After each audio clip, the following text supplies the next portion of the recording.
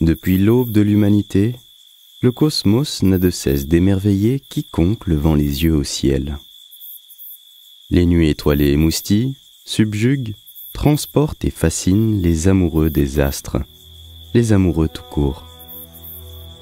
Les découvertes s'enchaînent, les unes après les autres, certaines confirmant d'anciennes hypothèses, d'autres brisant des supputations, nous exposant toujours à plus de mystères non élucidés.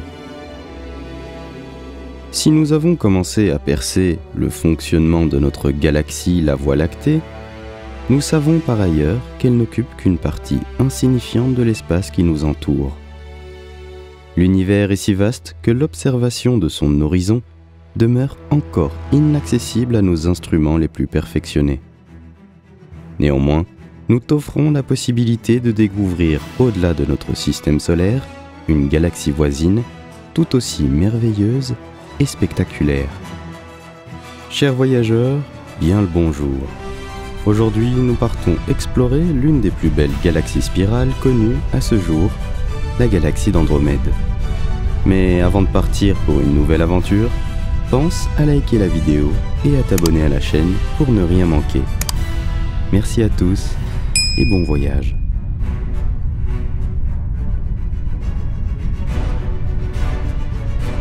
Nous t'invitons dès maintenant à prendre place dans notre vaisseau spatial. Installe-toi confortablement et attache bien ta ceinture. Aujourd'hui, nous voyagerons à la vitesse de la lumière.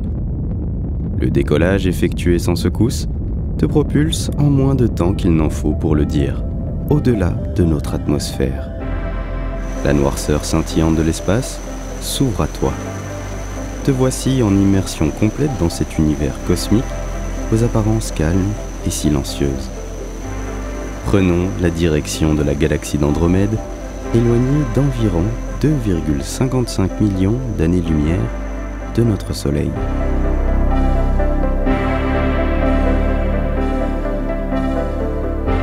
Une bonne trentaine de minutes, et nous sommes en approche de Jupiter, après avoir parcouru 628 millions de kilomètres. Tu peux enfin contempler de plus près cet astre, qui est le quatrième objet le plus brillant de notre voûte céleste, après le Soleil, la Lune et Vénus.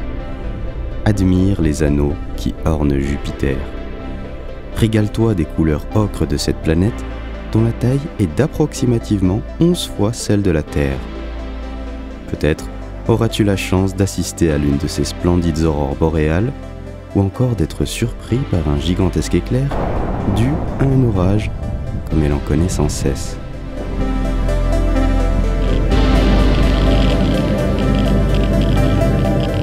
Dans l'environnement proche de Jupiter, tu peux également croiser quelques satellites qui révolutionnent autour d'elle. Parmi ces 79 lunes, Io est la plus proche. Tu peux constater la forte activité volcanique qui règne à sa surface. Ta traversée rencontre aussi Europe, un des autres 4 satellites galiléens. Europe est la plus petite des 4, avec une taille légèrement inférieure à celle de notre Lune. Contrairement à Io, sa surface est lisse. Europe est d'ailleurs à ce jour l'objet qui a la surface la plus lisse de tous les objets célestes connus du système solaire.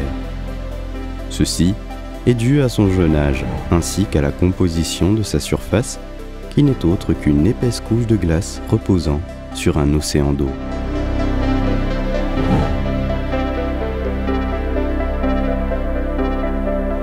Mais quittons le système jovien et reprenons notre itinéraire.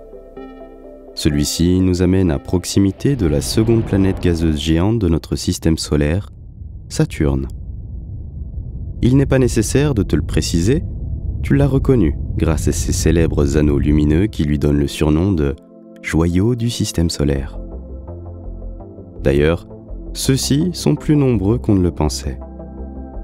Si on lui compte ses 7 anneaux principaux de couleur sable bronzé, les dernières observations des sondes Voyager 1 et 2 ont démontré qu'elle en possède en réalité plusieurs milliers.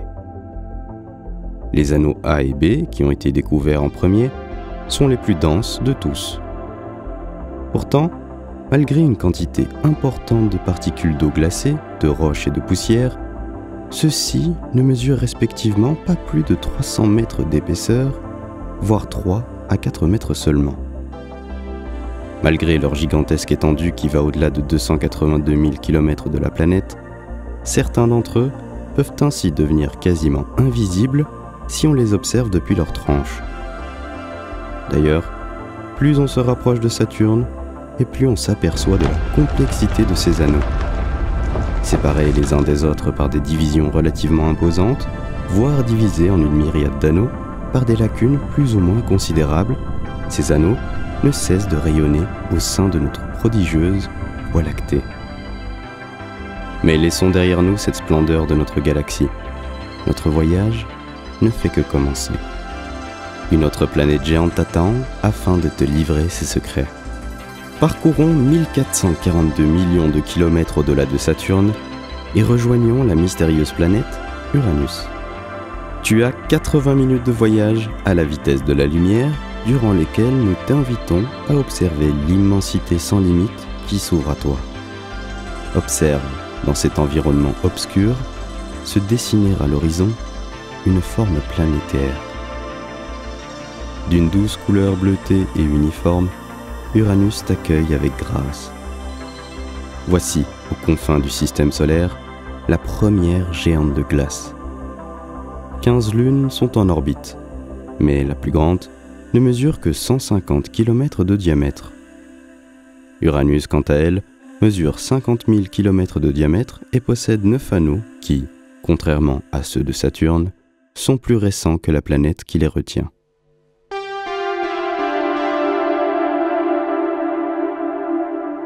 Continuons à présent ce voyage en direction de Neptune, cette autre planète géante gazeuse, dont la couleur bleu-azur ne peut te laisser indifférent, te rappelant dans cet univers majoritairement sombre, notre belle planète Terre.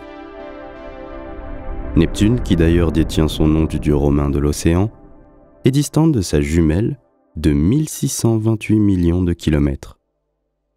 Son diamètre est d'environ 50 000 kilomètres. Cette géante de glace, bien qu'elle connaisse des températures un peu plus élevées que sa voisine, est une des planètes les plus froides du système solaire. Une grande tache sombre dans son atmosphère témoigne d'une dynamique environnementale. De nombreux nuages apparaissent malmenés par des vents soufflant à 2000 km/h. Bien que ces deux géantes de glace soient réputées pour leur température peu attrayante, elles ne remportent pas la première place. La plus grosse lune de Neptune, Triton, détient cette palme. Cet objet céleste est le plus froid jamais détecté du système solaire.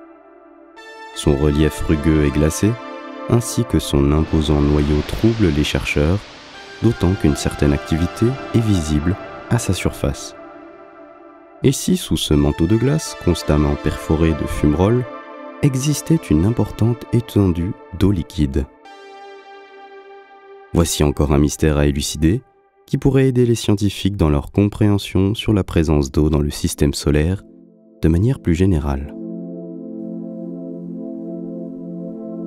Après avoir exploré notre système solaire, nous avons pu constater qu'aucune autre planète que la Terre n'est susceptible d'accueillir la vie telle que nous la connaissons. Cependant, l'univers est si vaste et les galaxies si nombreuses que l'on peut tout de même se permettre d'imaginer une vie possible bien au-delà de notre Voie lactée. Es-tu prêt à sortir de notre système solaire? Nous allons maintenant quitter l'héliosphère du Soleil en franchissant sa limite, l'héliopause. Les vents solaires n'auront plus aucun impact sur ton voyage. Tu vas à présent voyager dans le milieu interstellaire. Mais avant, accroche bien ta ceinture. Nous devons franchir la frontière qui délimite le système solaire du milieu interstellaire. Les particules du vent solaire qui se déplacent à une vitesse supersonique vont connaître un violent ralentissement dès qu'elles seront au contact des particules du milieu interstellaire. La vitesse des particules émises par le Soleil va donc passer de 400 km par seconde à environ 100 km par seconde. Toutes ces particules accumulées autour de l'héliopause émettent une forte énergie. Celle-ci se réchauffe provoquant de ce fait une onde de choc, voire plusieurs. Notre vaisseau va ainsi traverser cette zone de turbulence, toujours à la vitesse de la lumière. Enfin, après quelques secousses sans gravité, le vaisseau évolue pour la première fois dans le milieu interstellaire. Mais qu'en est-il des systèmes solaires voisins? Un autre système planétaire, distant de 4244 années-lumière de notre Soleil et situé dans la constellation du Centaure, attise notre curiosité dans la Voie lactée. Son étoile centrale, nommée Proxima Centauri ou l'étoile du Centaure, est l'étoile la plus proche de notre Terre après le Soleil. Cette naine rouge, bien que peu massive avec une taille 7 fois plus petite que notre Soleil et faiblement lumineuse, est néanmoins l'astre principal d'un système triple. En effet, Proxima est accompagné d'un couple d'étoiles nommé l'étoile double Alpha Centauri.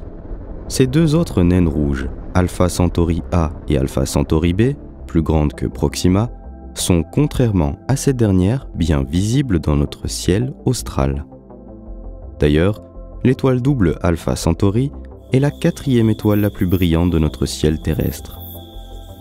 En se rapprochant de Proxima, on constate d'importants éclats brillants de lumière stellaire. Sa luminosité augmente périodiquement. Proxima est une étoile flamboyante du fait de ses processus de convection ainsi visibles. Elle est donc destinée à conserver son âge moyen, d'après les scientifiques, durant encore environ 300 fois l'âge de l'univers actuel. Mais ce qui rend ce triple système fascinant, c'est avant tout la découverte récente d'une exoplanète de type super-Terre en orbite autour de Proxima. Cette planète, baptisée Proxima b, provoque une certaine frénésie auprès de la communauté scientifique.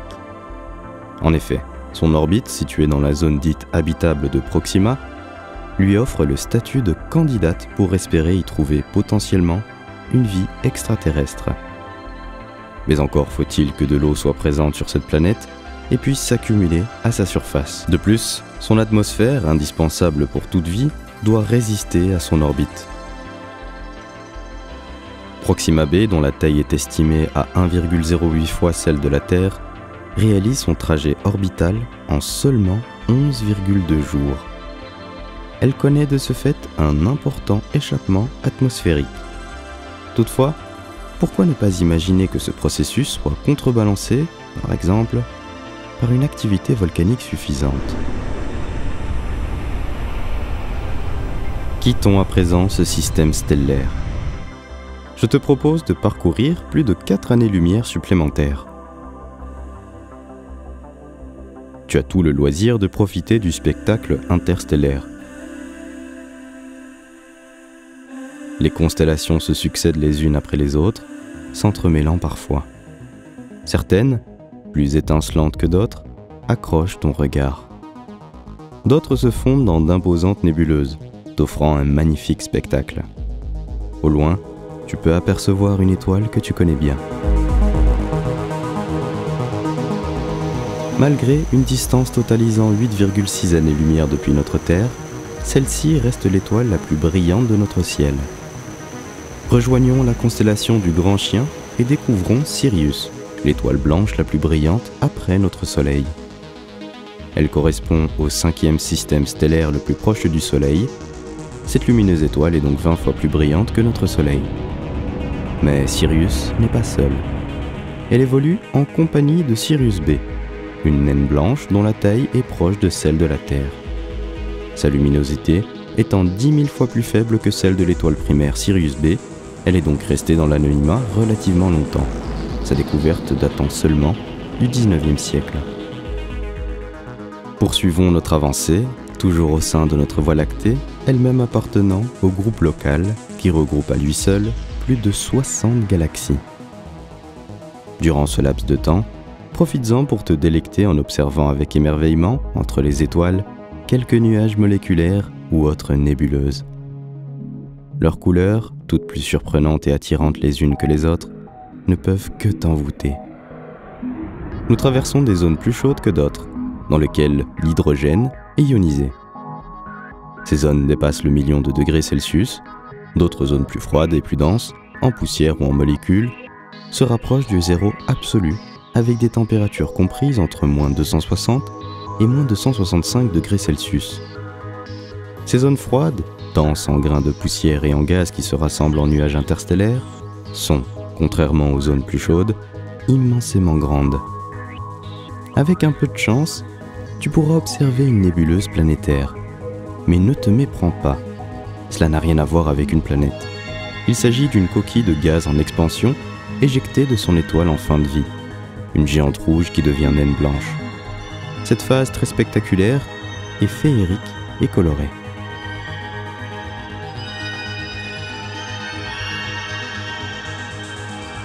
Les constellations se succèdent, avec chacune des quantités d'étoiles incroyables.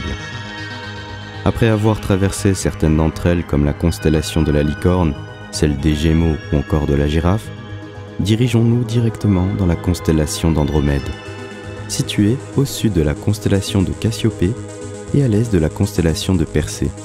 Andromède comporte 300 milliards d'étoiles.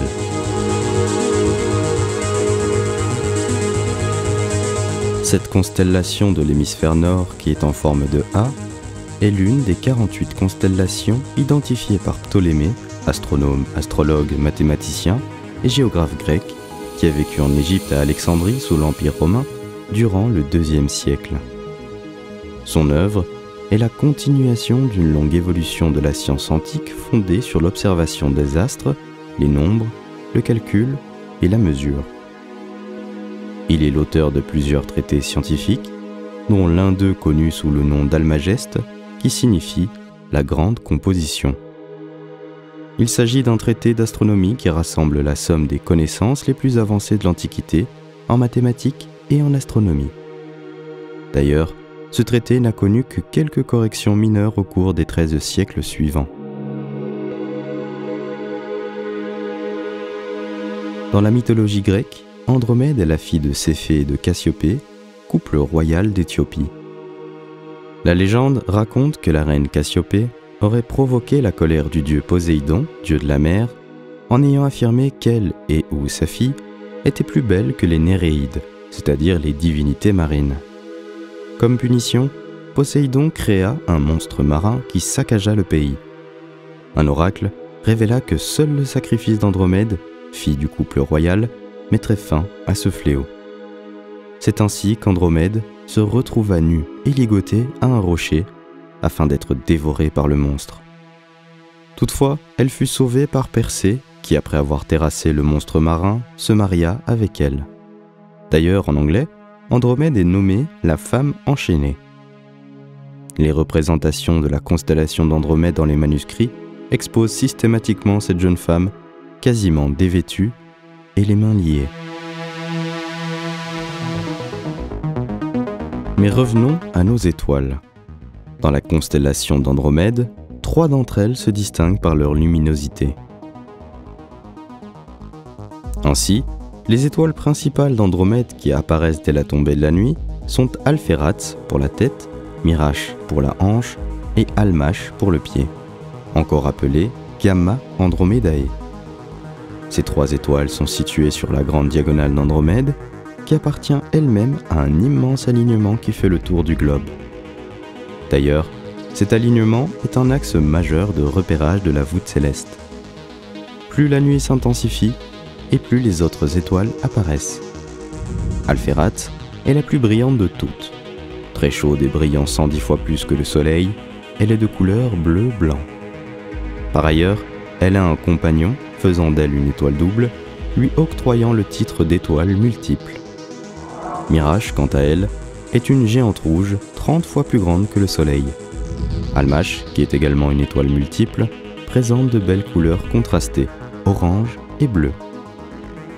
La principale étoile de ce duo est une géante orange, 80 fois plus grande que le Soleil, mais surtout 2000 fois plus lumineuse que ce dernier. Au moins 3 autres étoiles évoluent avec elle. Almach fait donc partie d'un système quadruple, les 3 autres étoiles connues à ce jour étant des étoiles bleu-blanc de la séquence principale. Il s'agit en conséquence d'étoiles chaudes et très lumineuses. Ces étoiles sont particulièrement intéressantes pour la recherche de vie extraterrestre, car leur temps de stabilité sur la séquence principale est bien plus long que celui de notre Soleil. Et si une planète, type Super-Terre, orbitait autour d'une de ces étoiles oranges dans la zone dite habitable? Que dirais-tu de rencontrer une forme de vie ici, à plus de 350 années-lumière de notre belle Terre?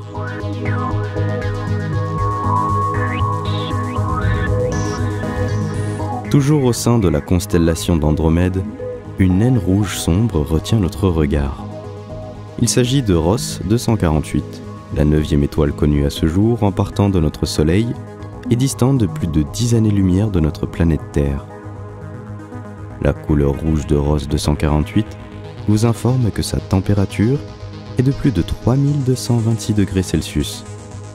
Notre Soleil, qui lui est une étoile jaune, connaît des températures situées à plus de 5726 degrés Celsius. Cette différence de température explique l'appartenance de l'étoile Ross 248 au groupe des naines rouges sombres. C'est d'ailleurs la raison pour laquelle cette étoile n'est pas visible à l'œil nu depuis notre Terre. Un bon télescope ainsi que certaines conditions sont essentielles.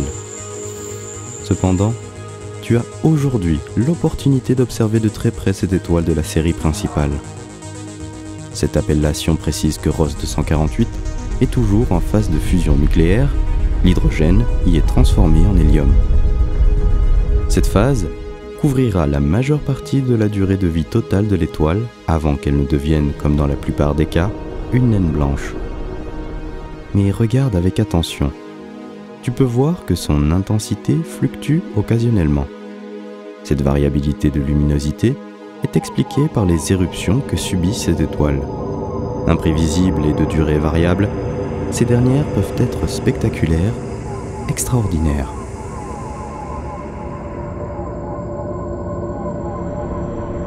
Ce spectacle féerique nous fait oublier l'environnement de Ross 248. Et pour cause, il semble que cette étoile évolue seule. Aucune planète ne l'accompagne. L'astre le plus proche est Gliese 15, encore nommé Groombridge 34. Gliese 15, qui est distante d'1,54 années-lumière de Ross 248, est un système stellaire et planétaire comprenant au moins 2 étoiles et 2 planètes. L'objet principal est l'étoile GJ15AA ou Groombridge 34AA. Cette étoile variable est accompagnée d'une seconde étoile variable, bien plus petite et bien plus froide, GJ15b. Il s'agit de 2 naines rouges éruptives qui orbitent l'une autour de l'autre de manière quasi circulaire en 2600 ans. En effet, 147 unités astronomiques séparent ces 2 astres, ce qui représente plus de 22 milliards de kilomètres. Ce système binaire est accompagné d'une super-Terre ainsi que d'une super-Neptune. Leur masse, respectivement de 3 fois et 36 fois celle de notre Terre, leur confère le statut de système multiplanétaire le plus proche de notre système solaire. Mais ce système multiplanétaire bénéficie de propriétés inhabituelles. GJ15AB, la super-Terre, effectue son orbite complète autour de son étoile en seulement 11 jours. Ceci signifie qu'une année sur cette planète dure 11 jours. Par conséquent, cette proximité élimine toute espérance de vie sur cette super-Terre, sa surface atteignant 276 degrés Celsius. Ces 2 objets célestes orbitent alors autour du centre de masse mutuel de l'autre, connu sous le nom de baby-centre, tel que 2 enfants se faisant face et se balançant en se tenant par la main. De même, GJ15AC, la super-Neptune, ne peut abriter la moindre source de vie. Cette géante gazeuse connaît très certainement des températures extrêmement froides du fait de son éloignement considérable avec son étoile. En effet, il faut une vingtaine d'années à cette super-Neptune pour accomplir son orbite complète, ce qui la situe à une distance très éloignée de la zone habitable de son étoile. Nous allons à présent voyager bien plus loin, au-delà de ce que l'on peut imaginer. Pour cela, notre vaisseau spatial doit emprunter des galeries spatio-temporelles. Grâce à celles-ci, Nous pouvons donc nous déplacer dans l'espace-temps et rejoindre une contrée galactique en un rien de temps. Accroche-toi, tu risques d'être un peu secoué, mais peu importe, tu vas être captivé, voire enivré par cette traversée féerique.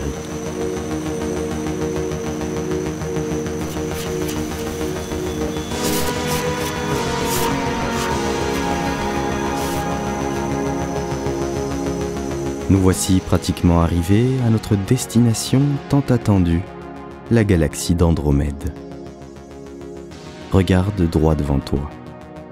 Tu peux contempler au loin cet objet lumineux.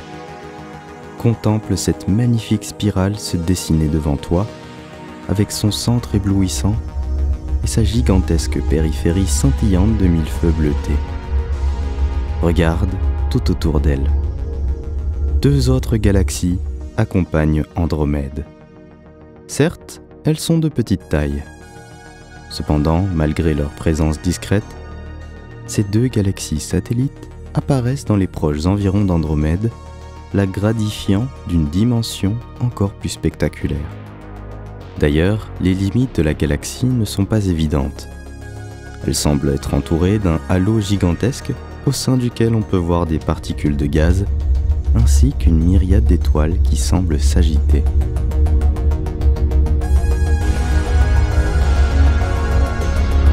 La galaxie d'Andromède, tout comme notre Voie lactée, est une galaxie elliptique de structure spirale barrée. 7 bras sont dénombrés, plus ou moins développés. Elle est éloignée d'approximativement 2,5 millions d'années-lumière du Soleil. Malgré cette distance vertigineuse, la galaxie d'Andromède est l'un des plus lointains objets visibles à l'œil nu depuis l'hémisphère nord de notre planète. Facile à reconnaître, elle se distingue par sa forme allongée et sa couleur laiteuse. La galaxie d'Andromède est par ailleurs l'un des objets les plus étendus de la voûte céleste, avec un diamètre à l'œil nu comparable à celui de notre Lune lorsqu'on l'observe depuis notre sol terrestre. Par contre, en l'observant à travers un télescope, on s'aperçoit que ce disque aplati est bien plus grand qu'il n'y paraît. Cet immense objet couvre 6 fois la taille apparente de la pleine Lune. C'est pourquoi elle est facilement repérable depuis les latitudes moyennes du Nord. Quand le ciel nocturne est suffisamment dégagé, elle est relativement visible toute l'année, durant au moins une partie de la nuit. Si tu as besoin d'aide pour la trouver, recherche la constellation de Cassiopée, qui est la constellation de 5 étoiles en forme de W ou de M. Le premier pic du M, ou la deuxième vallée du W, peut représenter une flèche qui pointe directement vers la galaxie d'Andromède, qui se situe entre les constellations de Cassiopée et d'Andromède. Malgré sa distance avec notre système solaire, cela fait bien longtemps qu'elle est observée depuis notre planète Terre. Sa première mention, écrite, remonte à 964. Elle apparaît dans le livre des étoiles fixes d'Abd al-Rahman al-Soufi, astronome et horloger persan.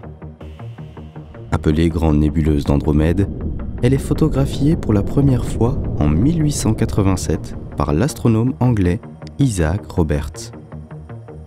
C'est d'ailleurs cette méprise qui lui a valu d'être répertoriée comme nébuleuse dans le catalogue de Messier sous l'objet M31. Puis, dans les années 20, des étoiles variables géantes ou supergéantes sont identifiées sur les photographies astronomiques de cette nébuleuse. Dès lors, les calculs permettent d'affirmer que ces astres sont bel et bien extra-galactiques. C'est pourquoi Andromède ne porte le nom de galaxie que depuis 1925. Avant cette date, elle était donc considérée comme une nébuleuse. Durant de nombreux siècles, elle n'avait que peu d'importance aux yeux des astronomes, hormis le fait qu'elle s'avérait être la plus proche des grandes nébuleuses de l'univers. Son apparence de poche de gaz en spirale était d'autant plus attestée du fait qu'à cette période, pour les savants, l'univers se limitait à notre Voie lactée.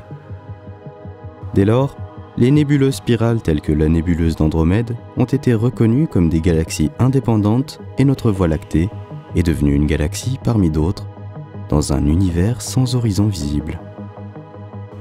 L'immense diamètre d'approximativement 200 000 années-lumière confère à la galaxie d'Andromède la place de première galaxie par la taille dans le groupe local, notre Voie lactée prenant alors la seconde position. Andromède est la galaxie spirale la plus proche de la nôtre et comprend près de 1000 milliards d'étoiles, soit environ 2 fois plus que la Voie lactée.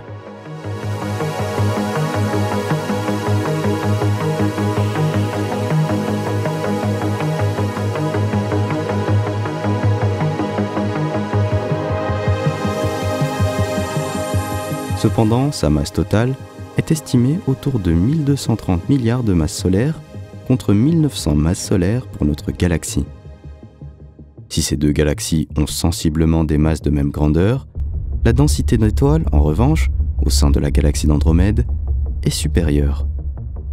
C'est pourquoi sa luminosité est supérieure de 25% à celle de la Voie lactée. La luminosité totale de la galaxie d'Andromède est estimée à 26 milliards de fois la luminosité solaire.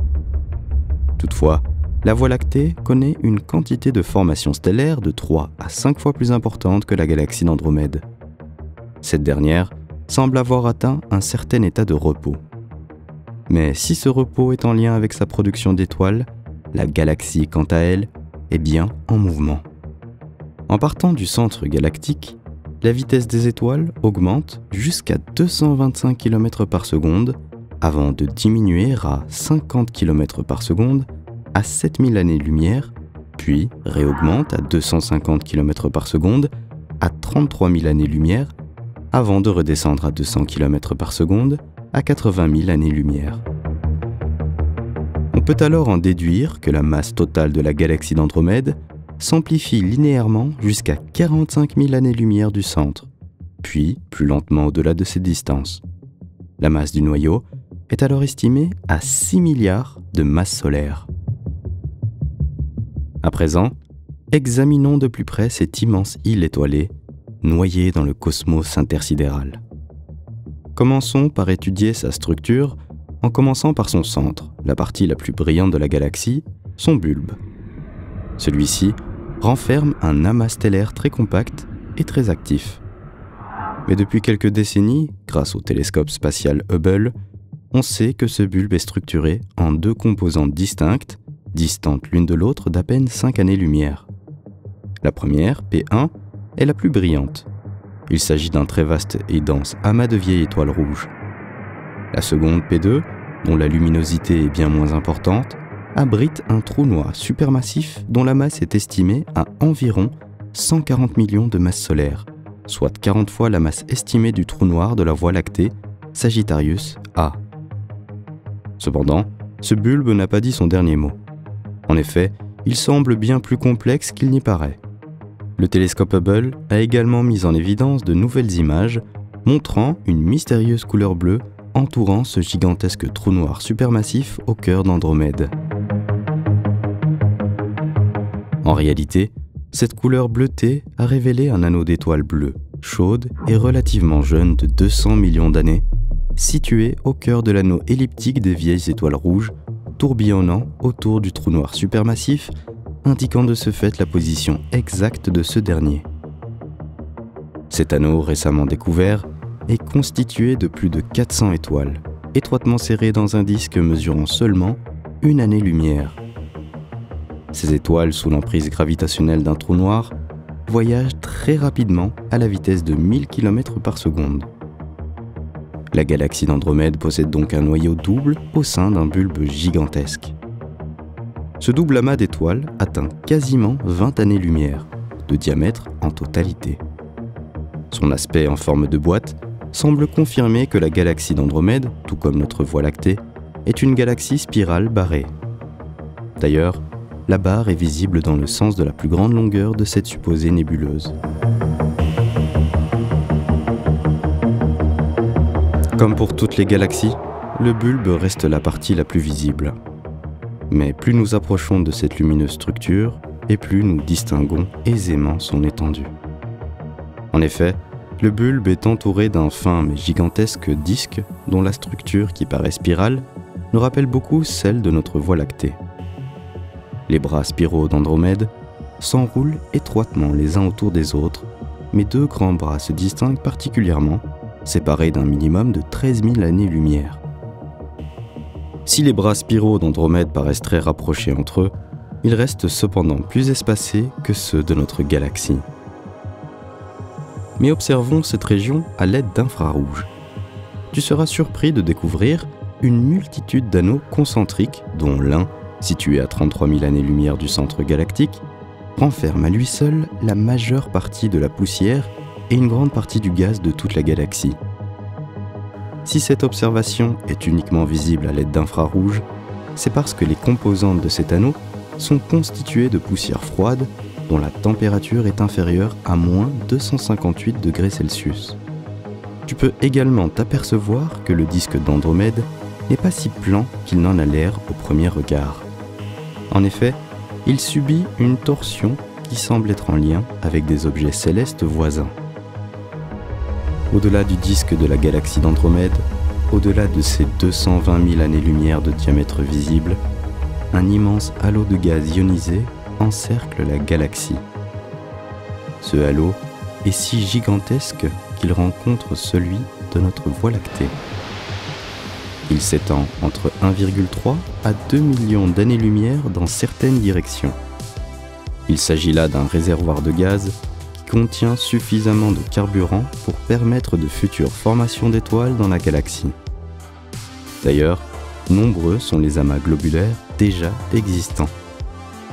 Ainsi, cette spirale lumineuse aux reflets bruns et bleutés a l'air d'évoluer dans le cosmos avec un calme olympien. Mais cette sensation est quelque peu remise en cause quand on observe plus longuement la galaxie.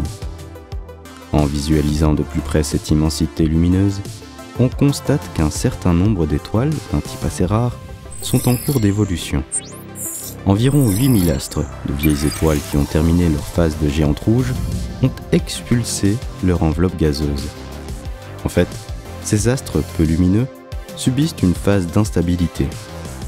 Ils sont en train de se refroidir avant de se transformer en naines blanches. Ainsi, malgré des évolutions sur des millions d'années-lumière, on peut affirmer que rien n'est figé dans le temps, pas même les étoiles, ni les galaxies qui habitent dans le milieu interstellaire. Ce dernier est d'ailleurs malmené par la vie turbulente, voire explosive de ses occupants. Mais alors, comment naissent les étoiles ? Ce qui est sûr, c'est que des étoiles sont en cours de formation en ce moment même dans notre galaxie, ainsi que dans toutes les autres galaxies de l'univers. Une étoile ne naît jamais seule. Lors de l'effondrement gravitationnel d'un nuage de gaz, de poussière et de molécules, tous ces fragments de matière se compriment, s'échauffent et s'amenuisent, formant ainsi un cœur protostellaire au sein du nuage.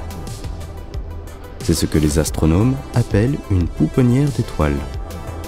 Ensuite, ces proto-étoiles se contractent à leur tour. La température grimpe exponentiellement jusqu'au seuil inéluctable où des réactions de fusion thermonucléaire s'amorcent, donnant naissance à un grand nombre d'étoiles. Chaque étoile grossit en capturant de la matière environnante.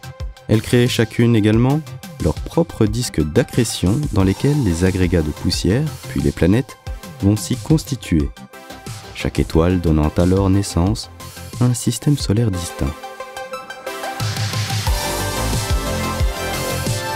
L'étoile brille ensuite de mille feux dans le cosmos grâce au processus de fusion nucléaire qui s'opère en son cœur. Composée essentiellement de 70% d'hydrogène et de 28% d'hélium, l'étoile brûle l'hydrogène, son unique carburant. Lorsque ce dernier vient à manquer, la fusion d'hydrogène s'arrête et l'étoile devient une géante rouge. Commence alors une nouvelle fusion, celle de l'hélium en carbone et en oxygène. Cette phase, bien plus courte, rend l'étoile instable et variable. Celle-ci éjecte ensuite son atmosphère dans le milieu interstellaire. Elle est au stade dit de la nébuleuse planétaire. En son cœur subsiste une partie incandescente, la naine blanche. D'une taille similaire à notre Terre, mais d'une masse identique à celle de notre Soleil. Sa densité est telle qu'elle est de l'ordre d'1 tonne par centimètre cube. Imagine un morceau de sucre pesant 1 tonne. Ensuite, en fonction de sa masse, elle peut continuer à briller durant des milliards d'années comme une nébuleuse planétaire irisée, avant de s'éteindre en devenant une naine noire. Concernant les étoiles massives, d'une masse comprise entre 8 et 25 masses solaires, ces dernières suivent un processus plus long et plus spectaculaire. L'étoile massive subit une véritable onde de choc lorsque la gravitation ne peut plus être compensée par sa masse. Le cœur de celle-ci s'effondre sur lui-même et une violente explosion se produit. Il s'agit de la supernova. Durant les quelques jours qui suivent l'explosion, l'étoile brille davantage que la galaxie qui l'abrite. Ne reste alors plus qu'une étoile à neutrons d'environ 10 km de diamètre, tournant rapidement sur elle-même. Un pulsar est né, perturbant par ses jets d'émissions électromagnétiques le gaz environnant de la nébuleuse. Aussi invraisemblable que cela puisse paraître, sa densité est d'1 milliard de tonnes par centimètre cube. Imagine maintenant ton morceau de sucre aussi lourd qu'une montagne. Concernant les étoiles de masse supérieure à 25 fois celle de notre Soleil, celles-ci meurent en devenant également des étoiles à neutrons. Cependant, leur masse est telle que la pression des neutrons ne peut contrebalancer la gravitation spatiale. Un nouvel effondrement se produit sur ces étoiles à neutrons, entraînant la création de trous noirs.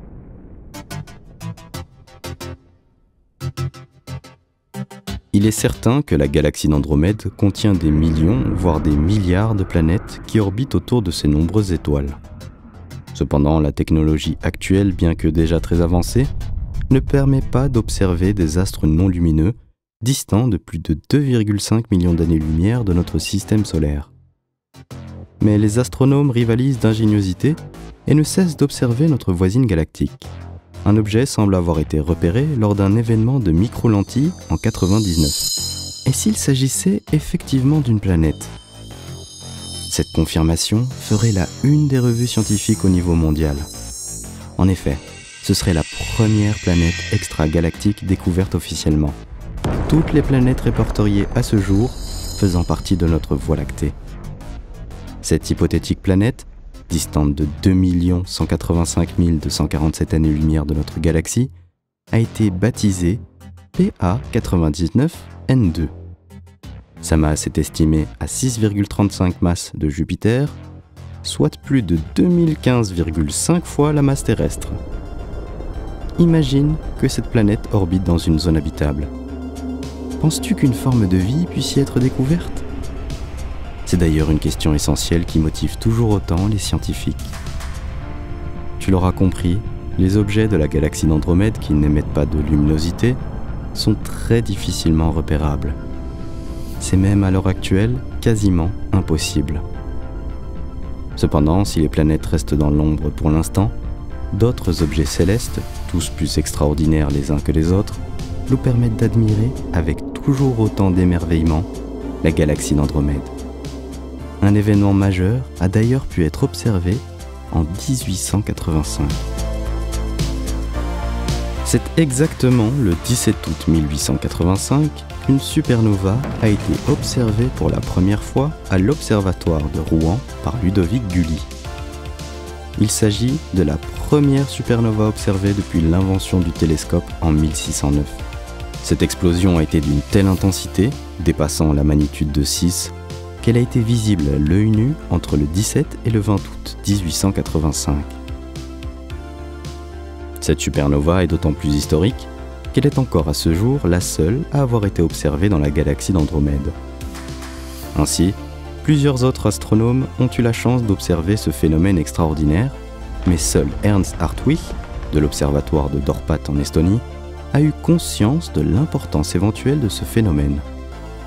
Par la suite, en 1989, soit plus d'1 siècle après la mise en évidence de cette supernova, des astronomes de l'Arizona aux États-Unis ont décrit la matière qui a été expulsée lors de l'explosion. Il s'agit du rémanent qui s'étend dans l'espace, formant un type de nébuleuse appelé rémanent de supernova. L'observation de ce rémanent dont la matière est éjectée à très grande vitesse, plusieurs milliers de kilomètres par seconde, a permis de conclure que la supernova constatée en 85 dans la galaxie d'Andromède était une supernova de type LA, peu lumineuse. Ainsi, une naine blanche issue d'un système binaire n'ayant pu absorber l'effondrement gravitationnel aura provoqué cette supernova thermonucléaire. Ce rémanent sera probablement complètement dissipé en quelques centaines de milliers d'années. Mais pour l'instant, il nous offre encore un spectacle nébuleux d'une incroyable beauté. D'ailleurs, bien d'autres formes lumineuses doivent attirer ton regard, non loin de la galaxie d'Andromède. Cette dernière est accompagnée de 27 galaxies naines, dont 14 d'entre elles orbitent autour d'elle sur le même plan, dans un immense disque de 1,3 million d'années-lumière de diamètre et seulement 42 000 années-lumière d'épaisseur. Les galaxies satellites de la galaxie primaire semblent effectuer la même rotation à l'intérieur du disque.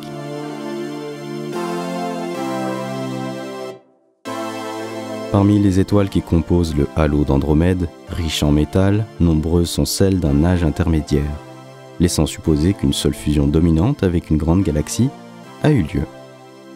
De plus, M32, l'un des satellites d'Andromède, une petite galaxie compacte, également riche en métal, dont les étoiles rouges et jaunes sont concentrées autour du noyau, semble avoir un lien direct avec la composition du halo d'Andromède. La proximité de cette petite boule diffuse avec la galaxie primaire permet de comparer ces deux formations si proches et analogues. Les scientifiques ont conclu qu'il y a environ 2 milliards d'années, la galaxie d'Andromède aurait englouti une autre galaxie, bien plus grande, auparavant la 3e ou 4e galaxie par la taille du groupe local. La galaxie naine M32 serait alors le noyau restant de l'ancienne galaxie M32P, autrefois bien plus grande. Cette fusion aurait ainsi permis la création d'approximativement un 5e des étoiles d'Andromède et expliquerait les caractéristiques inhabituelles de M32 en termes de densité par rapport aux autres galaxies elliptiques de taille similaire. En regardant la galaxie d'Andromède, après avoir situé M32 au sud du noyau de la galaxie primaire, il t'est aisé de repérer une autre galaxie satellite d'Andromède. Située de l'autre côté de la galaxie primaire par rapport à M32 au nord-ouest, tu peux admirer M110, à côté des imposants bras d'Andromède. Voici une autre galaxie naine elliptique, plus grande que M32, mais plus faible en luminosité. Contrairement à M32, M110 ne contiendrait pas de trou noir supermassif. Si elle paraît très proche de la galaxie d'Andromède, elle n'en est pourtant distante d'environ 3 millions d'années-lumière, soit la même distance qui la sépare de notre Terre. Je te laisse admirer ce merveilleux spectacle que ces trois galaxies voisines, et en même temps si éloignées les unes des autres, t'offrent. Quel magnifique trio cosmique! Je te propose à présent d'aller à la rencontre d'une galaxie naine sphéroïdale, Andromeda 1, située à 150 000 années-lumière de la galaxie d'Andromède. La découverte de cette galaxie satellite remonte à 72, en même temps que les galaxies Andromeda 2, 3 et 4. On remarque immédiatement la différence par rapport aux galaxies précédemment visualisées. Les étoiles de cette galaxie, qui pour la plupart ont des teintes rouges, sont réparties de façon sphérique tout autour du noyau. De petite taille, elle comprend quelques millions à quelques centaines de millions d'étoiles seulement. D'ailleurs, la grande majorité des galaxies appartenant au groupe local possèdent cette même configuration. Ces étoiles, pauvres en métaux, présentent des caractéristiques similaires à celles des amas globulaires. Mais ces galaxies naines, bien que très lumineuses, restent difficiles à être repérées dans le halo d'Andromède.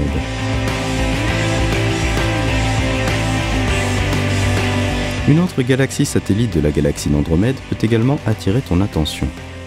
Il s'agit de la galaxie sphéroïdale naine de Pégasus, aussi connue sous le nom d'Andromède 6. Celle-ci est située dans la constellation du Cheval ailé. Son éloignement par rapport à notre Soleil est estimé à 2,7 millions d'années-lumière. Cette galaxie ne doit pas être confondue avec l'une de ses compagnes, DDO 216, qui est aussi une galaxie naine de la constellation Pégase. En effet, cette dernière est une galaxie naine irrégulière de Pégase, et semble être distante d'environ 3,3 millions d'années-lumière de notre système solaire. Contrairement aux galaxies décrites jusqu'à présent, celle-ci ne montre aucune structure régulière, ni sphère, ni bras galactique. Cependant, telle une nébuleuse, elle est riche en gaz et en poussière interstellaire, ainsi qu'en étoiles.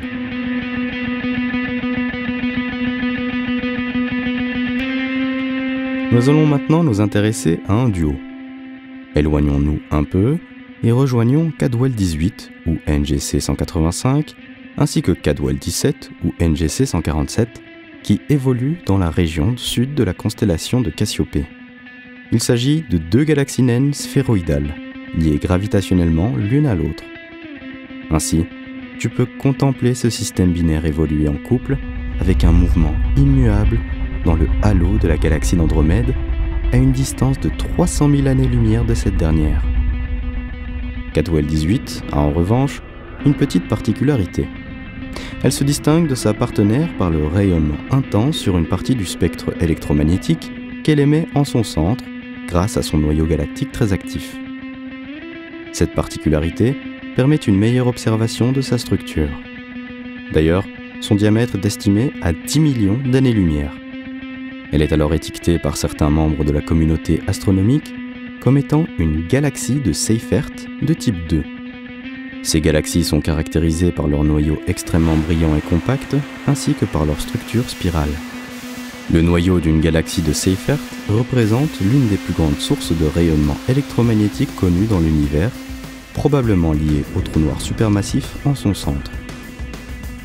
Si cette hypothèse se confirme, Cadwell 18 sera la première galaxie de Seyfert répertoriée et connue dans le groupe local et la plus proche de la Terre. Le mystère demeure pour l'instant. D'ailleurs, un autre mystère anime la communauté scientifique au sujet de ce duo.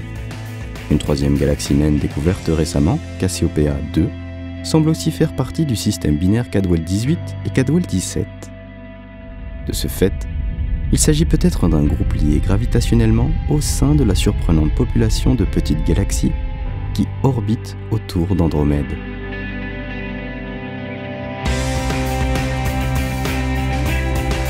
Mais la plus massive et facilement reconnaissable est la galaxie du Triangle, également connue sous l'appellation M33.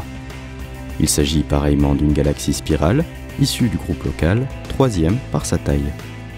Comme son nom l'indique, elle se situe dans la constellation du Triangle et sa distance est évaluée à 2,7 millions d'années-lumière. Sa masse, estimée à 60 milliards de masses solaires, représente seulement 5% de la masse de la galaxie d'Andromède. Une galaxie spirale régulière à disque, avec un angle d'inclinaison qui nous permet, quand le ciel est clément, de l'observer quasiment de face et à l'œil nu depuis la Terre. Cette galaxie isolée ne laisse pas apparaître de bulbes galactiques autour de son noyau, qui ne semble pas abriter non plus de trous noirs supermassifs. En revanche, le cœur de la galaxie du Triangle contient une source X ultralumineuse, ce qui en fait la source de rayons X la plus puissante du groupe local. Les astronomes n'ont pas encore à ce jour la certitude qu'elle soit bien un satellite de la galaxie d'Andromède, mais le contraire n'a pas été démontré non plus. La galaxie d'Andromède est une véritable boîte à bijoux. Nombreuses sont les étoiles qui lui permettent d'illuminer cette partie du cosmos. Si les galaxies satellites qui l'accompagnent lui offrent une belle parure, plus de 400 amas globulaires lui permettent également de scintiller de mille feux. Laisse-toi séduire par ces étoiles, plus ou moins serrées les unes contre les autres, qui poudroient. Observe leurs pulsations, leurs palpitations. C'est un magnifique spectacle vivant, coloré et lumineux, qui se déroule sous tes yeux. Parmi les amas d'étoiles qui orbitent au sein d'Andromède, Maia 2 est le plus brillant, non seulement de la galaxie d'Andromède, mais aussi du groupe local dans son intégralité. Cet amas globulaire, également connu sous le nom de NGC 224G1, est situé à seulement 130 000 années-lumière du noyau galactique de la galaxie d'Andromède, est immense et très massif. D'ailleurs, sa taille est estimée à 2 ou 3 fois celle d'Oméga du Centaure, qui est lui-même l'amas globulaire le plus massif de la Voie lactée. Maia 2.2 regroupe au moins 300 000 vieilles étoiles. La présence d'un trou noir de masse intermédiaire en son centre est étudiée, d'autant que certains astronomes soupçonnent que Maya 2.2 serait le noyau résiduel d'une galaxie naine absorbée auparavant par la galaxie d'Andromède. A fortiori, cet amas globulaire semble avoir approximativement le même âge que les amas les plus anciens de notre Voie lactée. Ils se sont probablement formés peu de temps après le début de l'univers, durant la première ère de la formation des galaxies. Parmi les objets remarquables de la galaxie d'Andromède, un amas ouvert de jeunes étoiles géantes bleues, NGC 206, est visible dans le bras sud-ouest. S'étendant sur environ 400 années-lumière, véritable nurserie, ce nuage d'étoiles d'un bleu lumineux et étincelant est l'une des plus grandes régions de formation d'étoiles du groupe local. Du reste, c'est le nuage d'étoiles le plus brillant de la galaxie d'Andromède visible depuis la Terre. Comme la majorité des amas ouverts, il compte entre 100 à 10 000 étoiles de même âge qui évoluent sous la même influence gravitationnelle.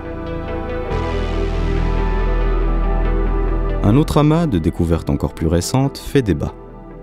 Il s'agit de l'amas globulaire RBC-EXT8, l'un des plus brillants et des plus massifs de la galaxie d'Andromède, avec 1,14 million de masses solaires. Celui-ci orbite à 88 000 années-lumière du centre galactique et son observation est quelque peu déconcertante. La masse de cet amas n'est pas en accord avec la valeur prévisible de sa métallicité. En effet, les mesures des raies du fer et de l'hydrogène, ainsi que d'autres éléments relatifs au fer comme le magnésium et le sodium, ne concordent pas avec les calculs établis des astronomes. Plus un amas est massif, et plus sa métallicité doit être forte. Cependant, RBC-EXT8 présente une valeur de métallicité bien en dessous de la valeur attendue. Celle-ci se révèle être 800 fois inférieure à la valeur solaire. Cette différence pourrait a priori s'expliquer par la présence de deux populations d'étoiles distinctes au sein de ce même amas. Ce constat fait de RBC-EXT8 un amas globulaire rare et précieux pour les astronomes, toujours désireux de comprendre encore plus la formation de notre univers. Au-delà de comprendre la formation de l'univers, les chercheurs n'ont de cesse d'espérer trouver la moindre trace de vie ou de possibilité d'un développement de la vie sous une quelconque forme au-delà de notre planète Terre. D'ailleurs, la galaxie d'Andromède peut-elle supporter la vie ? C'est une question qui ne peut aujourd'hui trouver réponse. La Voie lactée dans laquelle nous vivons reste encore bien mystérieuse pour les astronomes. Ces derniers ne peuvent à l'heure actuelle affirmer s'il existe d'autres étoiles dans notre galaxie qui abritent une vie, quelle qu'elle soit. Imagine alors combien il est encore plus complexe de répondre à cette question concernant une autre galaxie, aussi proche soit-elle de la nôtre. Toutefois, la galaxie d'Andromède possède des caractéristiques très similaires à la Voie lactée. Sachant qu'au moins une étoile, à savoir notre Soleil, est capable de nous offrir la vie telle que nous la connaissons, pourquoi n'y en aurait-il pas au moins une dans la galaxie d'Andromède ? En suivant le ratio du nombre d'étoiles présentes dans ces deux galaxies voisines, et sachant qu'Andromède en compte probablement au moins 10 à 12 fois plus que la Voie lactée, on peut se permettre, hypothétiquement, d'évaluer à une douzaine d'étoiles celles qui seraient susceptibles d'accueillir une forme de vie au sein de la galaxie d'Andromède.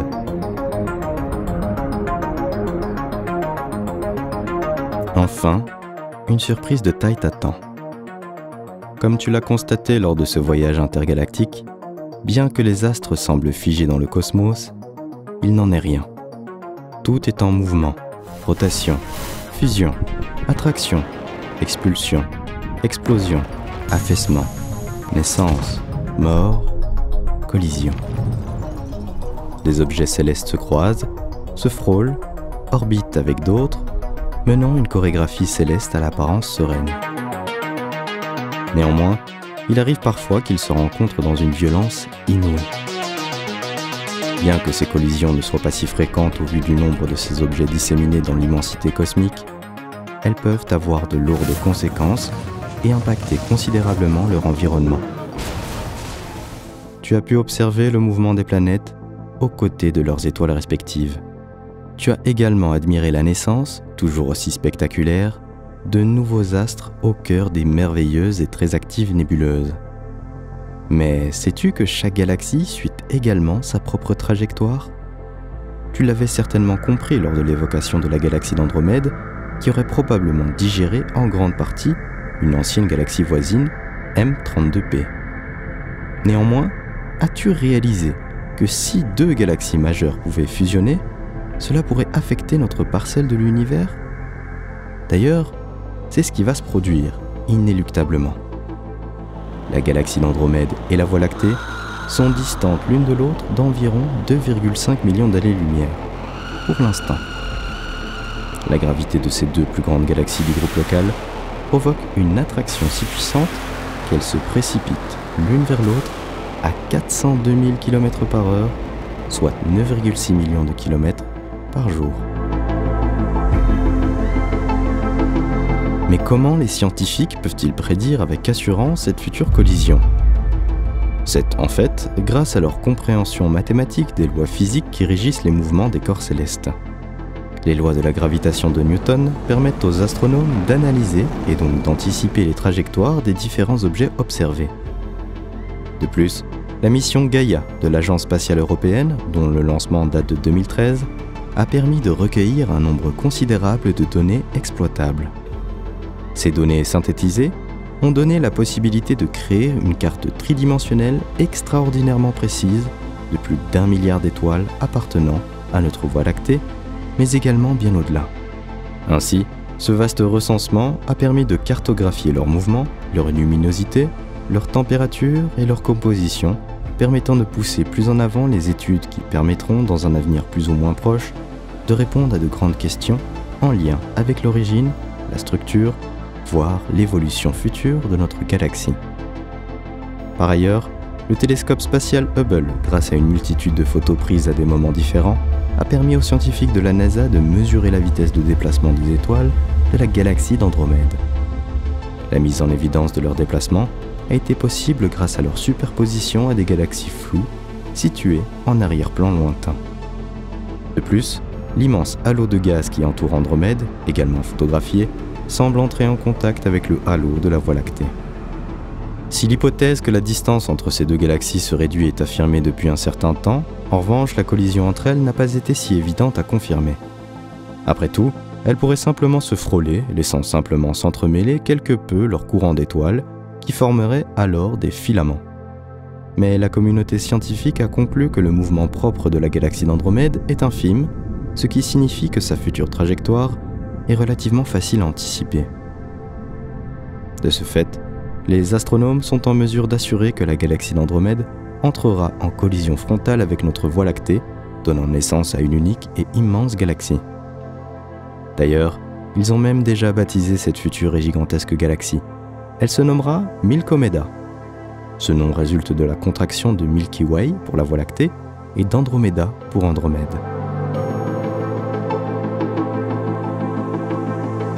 Heureusement pour nous, la distance considérable entre ces deux galaxies nous laisse environ 4,5 milliards d'années avant que ce processus de fusion galactique, autrement dit la coalescence, ne commence. Te voici donc devant deux monstres du cosmos, se faisant face et s'apprêtant à une future confrontation. Mais s'agira-t-il d'une danse féerique des étoiles ? Ou bien d'une confrontation explosive ? À vrai dire, quand la collision se produira, il est peu probable que des objets célestes se percutent réellement. En effet, les galaxies sont si diffuses que les étoiles à l'intérieur de chacune d'elles sont prodigieusement éloignées les unes des autres. Ces distances considérables entre les astres ne leur donnent a priori que peu de chances de se heurter. Le moment venu, la galaxie d'Andromède et la Voie lactée effectueront leur premier passage rapproché à plus ou moins 400 000 années-lumière l'une de l'autre. Ensuite, il faudra encore 2 milliards d'années supplémentaires pour que ce processus amorcé donne naissance à une nouvelle et super galaxie. Entre-temps, ce duo entamera une danse cosmique, avec des périodes de rapprochement, des périodes d'éloignement, semant sur son passage des vrilles gazeuses et étoilées. Cette chorégraphie stellaire bouleversera les constellations, offrant ainsi au fil du temps un nouveau schéma à notre ciel étoilé. Notre Voie lactée connaîtra une réorganisation globale, tout comme la galaxie d'Andromède. Leurs bras spiraux seront disloqués en une myriade d'astres chahutés. D'après les experts de la NASA, Ces deux galaxies spirales, au cours de ce très long processus de fusion, donneront naissance à une galaxie elliptique géante, probablement assez rouge. Mais qu'en sera-t-il de notre Soleil, de notre planète Terre ? Leur place respective ne sera bien sûr pas conservée. Deux destins semblent se dessiner. L'un dicterait que le système solaire serait éjecté à un moment ou un autre de la supergalaxie, au moment même ou après la collision, n'entraînant que peu de perturbations sur le Soleil et les planètes environnantes. L'autre destin, plus incertain, provoquerait un déplacement du système solaire vers le centre de la collision. Ce dernier serait alors à la merci de supernovas au cœur de la galaxie, en fusion. Quoi qu'il en soit, la Terre telle que nous la connaissons aujourd'hui ne sera déjà plus. Toute vie terrestre aura alors déjà disparu depuis bien longtemps. Pourquoi ? Parce que notre Soleil lui-même, dans ce même laps de temps, risque de connaître de profondes transformations en dehors de la collision en question. En effet, l'étoile à qui nous devons la vie sur Terre a également une durée de vie limitée. Il se pourrait même que notre système solaire ne soit plus le même au moment de la collision entre les deux galaxies, privant alors la Terre de ce spectacle céleste. La raison ? La mort de notre Soleil qui est prévue d'ici environ 5 à 7 milliards d'années. Mais d'ici là, notre Soleil, considéré actuellement comme une naine jaune, sera devenu une géante rouge, réchauffant de plus en plus ses voisins les plus proches en raison de l'augmentation exponentielle de sa puissance. Mercure et Vénus seront désintégrés. Notre planète Terre ainsi que Mars seront fatalement calcinés. Néanmoins, ceci n'est qu'un scénario. Certains scientifiques présument que l'orbite terrestre pourrait évoluer en spirale vers l'extérieur, éloignant la Terre de cet enfer incandescent. Chers voyageurs de l'espace, notre excursion touche à sa fin. Nous espérons que cette exploration intergalactique, la tête dans les étoiles, t'aura ébloui et que sa dimension, autant spectaculaire qu'intrigante, ne t'aura pas laissé de marbre. Sans aucun doute, cette excursion, bien que remplie d'enseignements, est encore loin de te livrer tous les secrets de la galaxie d'Andromède et encore plus de l'univers. Au demeurant, ces secrets seront-ils tous dévoilés un jour ? N'as-tu pas remarqué ? Si à chaque avancée technique des découvertes plus extraordinaires les unes que les autres voient le jour, de nouveaux mystères font leur apparition, offrant aux scientifiques de nouvelles pistes à suivre, à l'infini et au-delà.